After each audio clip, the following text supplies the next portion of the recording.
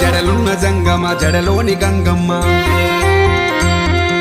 వడిలోని Gauramma మెడలోని సర్పమ. జడలున్న Jangama జడలోని Gangamma, వడిలోని Gauramma మెడలోని సర్పమ. బూడిదే రూపమా విషముని శాపమా, Mukkoti దేహమా ముల్లోక మేలుమా.